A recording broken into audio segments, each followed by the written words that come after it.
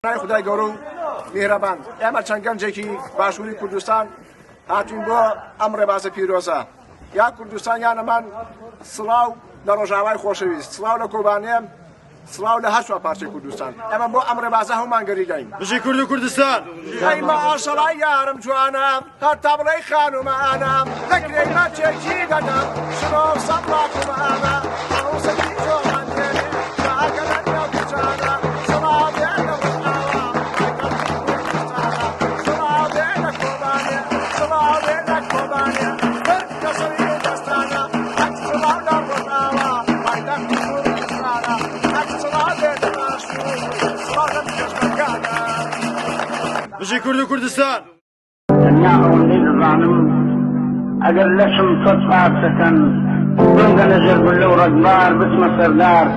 دڵم دێتە سەردار کوردستان هەر وڵاتێکە و نابێ بە چەق بژی بەرخۆدانە ڕۆژاوا بژی بەرخۆدان